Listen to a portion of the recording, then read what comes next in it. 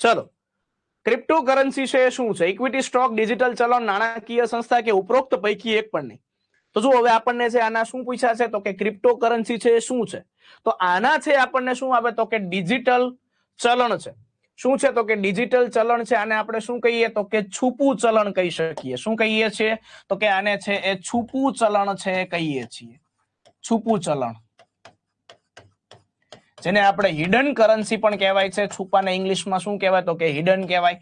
Hidden currency છે આને કહેવાય છે કે આ ઉપયોગની અંદર છે એ હાલની અંદર ભારત સરકાર છે તો એની અંદર ક્રિપ્ટોકરન્સીને છે એ હાલમાં આટલું બધું મહત્વ રાખતા નથી. અને આ જે ક્રિપ્ટોકરન્સી છે એ બહુ જોખમી ભર્યું છે, કારણ કે આની અંદર વિદ્યાર્થી મિત્રો કઈ ટેકનોલોજીનો ઉપયોગ થાય છે? એક યાદ રાખવાનું છે, બ્લોક ચેઇન ટેકનોલોજીનો ઉપયોગ થાય છે. કઈ ટેકનોલોજી? Block chain technology.